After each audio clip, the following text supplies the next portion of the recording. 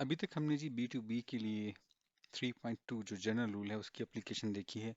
SLE के लिए, और एमएलई के लिए प्राइमरली हमने जो देखी है विदाउट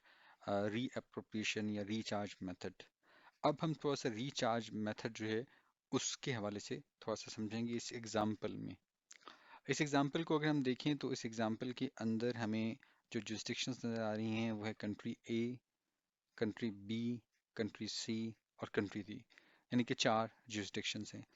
इसमें कलर कोडिंग से देखें तो यहाँ पर ये जो ब्लू कलर है ये कंपनी एस का है जो सप्लायर है पेरोल सर्विसेज की, और ये कंपनी सर्विसेज दे रही है एक ग्रुप ऑफ कंपनीज को जो कि कंपनी ई एंड ग्रुप है, जिसमें उसका एक हेड ऑफिस है, उसकी दो सब्सिडरीज हैं जिसमें से एक कंट्री सी में है, एक कंट्री ए में है, और इसी तरह से दो इस्टेब्लिशमेंट्स हैं जिसमें से एक इस्टेब्लिशमेंट कंपनी ई जो है वो कंट्री बी में है और दूसरी कंट्री ए के अंदर है। अच्छा, अब हो ये रहा है यहाँ पर कि जो सप्लायर है पेरोल सर्विसेज का, उसका एग्रीमेंट है कंपनी ई की एक रिप्रेजेंटेटिव कंपनी, और वो जो रिप्रेजेंटेटिव कंपनी है वो हेड ऑफिस है। हमने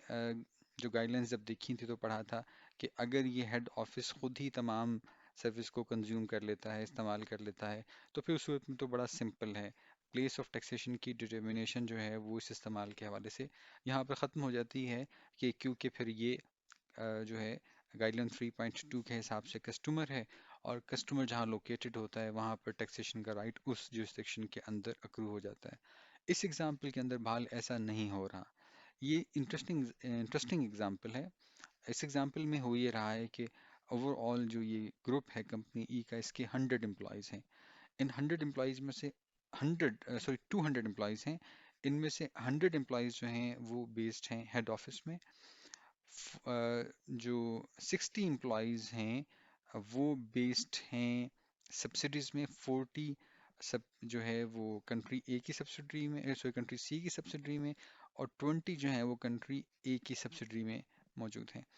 और बाकी जो हैं 30 एम्प्लॉयज़ जो हैं वो जो इस्टेब्लिशमेंट कंट्री बी में वाक़या है उसमें है, और रिमेनिंग 10 एम्प्लॉयज़ जो हैं वो काम करते हैं कंट्री ए में जो इस्टेब्लिशमेंट वाक़या है कंपनी ई की। अब अगर हम परसेंटेज के हिसाब से देखें तो हेड ऑफिस के अंदर ये जो एम्प्लॉयज़ की स्ट्रेंथ है ये 50% है। जो सब्सिडी जो कंट्री सी के अंदर वाक़ है वहाँ पर एम्प्लॉयज़ 20% की स्ट्रेंथ काम कर रही है,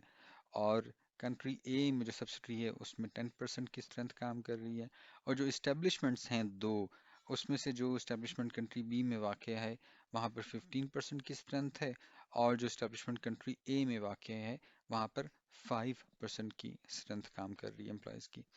रिचार्ज मेथड में जनरली जो अकाउंटिंग की अगर फर्ज करें हम इस्तेमाल कर रहे हैं तो उसमें कोई ना कोई एक एप्रोप्रिएशन की इस्तेमाल की जाती है, जिसको इस्तेमाल करके जो कॉस्ट्स हैं वो आगे फर्दर डिस्ट्रीब्यूट कर दी जाती हैं। तो इसमें जो की है वो बेसिकली नंबर ऑफ एम्प्लॉयज़ इस्तेमाल किया गया है,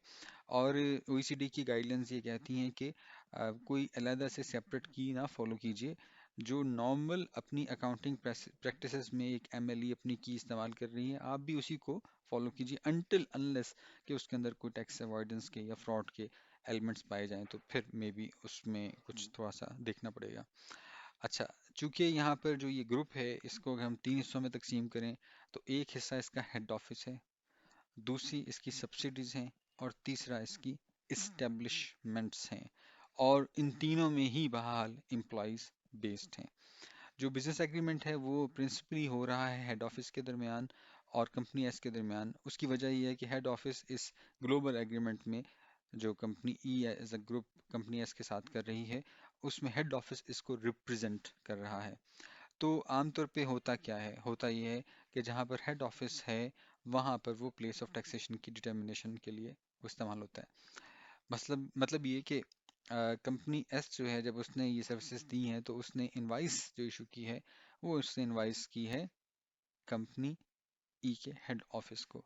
और उस इनवाइस के लिए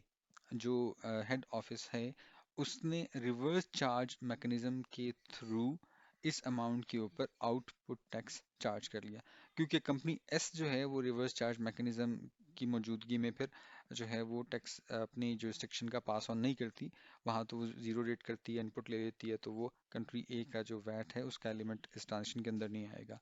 اچھا، اب کنٹری ای کے اندر چونکہ کنٹری ای نے آؤٹ پٹ تو لے لیا سارا کا سارا، دے دیا سارا کا سارا، اب ان پٹ ایڈجسٹمنٹ کی جب بات آئے گی تو پھر ہمیں یہ دیکھنا پڑے گا بھی کتنا ان پٹ ایڈجسٹمنٹ ایڈمیزیبل ہے۔ تو کلیئرلی ہم دیکھ سکتے ہیں کہ 50% جو امپلائیز ہیں وہ موجود ہیں ہیڈ آفس کے اندر، تو 50% کی حد تک تو ان پٹ کی ایڈجسٹمنٹ جو ہے وہ یہ لے سکتی ہے، لیکن باقی کی ایڈجسٹمنٹ اس کو شاید نہیں مل سکتی۔ اچھا، اب یہ بہرحال جو اگزامپل ہے اس میں ہم یہ دیکھیں کہ دو سبسڈریز ہیں اور دو اسٹیبلشمنٹس ہیں۔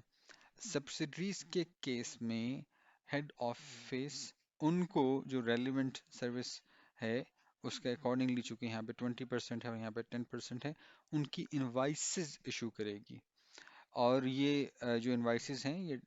ڈاکومنٹیشن کے حوالے سے استعمال ہوں گی، اور بالکل اسی طرح سے جس طرح سے کمپنی جو ای کا ہیڈ آفس ہے وہ کسٹمر کا سٹیٹس رکھتا ہے اس ٹرانزیکشن میں کمپنی ایس اور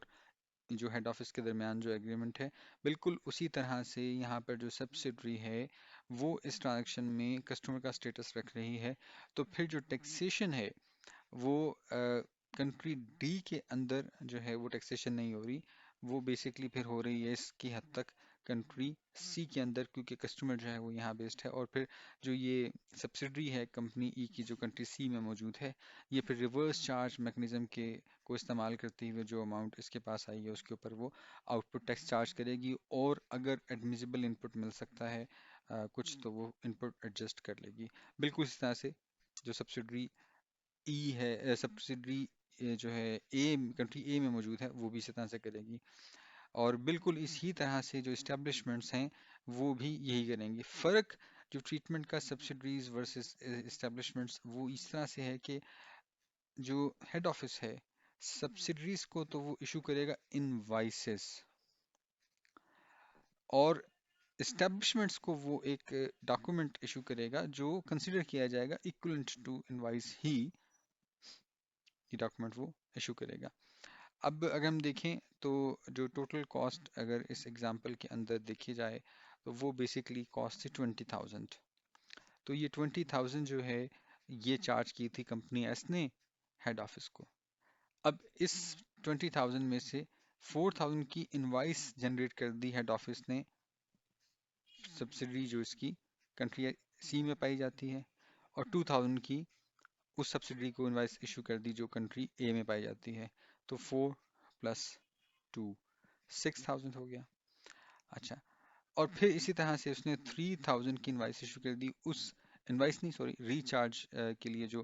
انٹرنل ڈاکومنٹ ہے ایکولنٹ ٹو انوائس وہ ایشو کر دیا اس نے اس اسٹیبلشمنٹ کو جو کنٹری بی میں واقع ہے، اور 1,000 کا جو internal document equivalent to invoice ہے وہ اس نے ایشو کر دیا اس اسٹیبلشمنٹ کو جو کنٹری اے میں واقع ہے۔ تو اس طرح سے اگر ہم دیکھیں تو آؤٹ آف 20,000 جو ہے 4 plus 2 6 plus 3 9 plus 1 10 10,000 یعنی کہ 50% جو ہے وہ فردر ریچارج کر دیا ہے، اور 10,000 بحال اس کی کاسٹ جو ہے وہ یہاں پر آ گئی ہے۔ اب یہ دیکھیں یہ جو 10,000 جو اس سے بلانگ نہیں کرتا تھا وہ ریلیونٹ جورسڈکشنز کے اندر کنٹری سی، کنٹری بی اور کنٹری اے کے اندر وہ بحال ٹیکس جو ہے وہ ہو رہا ہے، اور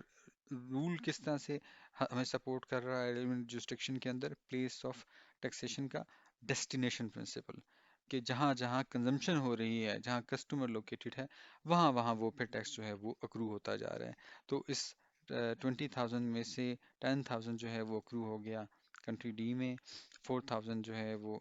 سوری ٹیکس 10,000 کے اوپر جو بھی اماؤنٹ ٹیکس کی بنتی ہے وہ جو ہے کنٹری ڈی میں، اسی طرح سے کنٹری سی، بی اور اے کے اندر جو ہے ٹیکس اکرو ہو گیا۔ اور ہم اگر دیکھیں تو کمپنی ایس اور ای کے درمیان جو ایگریمنٹ ہے اس کو ہم بزنس ایگریمنٹ کہیں گے، بالکل اسی طرح سے کمپنی ای کے اپنے جو سبسڈیز کے ساتھ جو ایگریمنٹس ہیں ان کو ہم بزنس ایگریمنٹس ہی کہیں گے، لیکن جو اسٹیبلشمنٹس کے ساتھ ایگریمنٹس ہیں ان کو ہم ری چارج ایگریمنٹ کہیں گے۔ تو ہوپ فلی اس ایگزامپل کے ساتھ کچھ انڈرسٹینڈنگ جو ہے وہ ہوپ فلی آپ کو مل گئی ہے کہ ری چارج جو ارینجمنٹس ہیں وہاں پر او ای سی ڈی کی گائیڈ لائنس جو ہیں وہ کس طرح سے آپریٹ کرتی ہیں.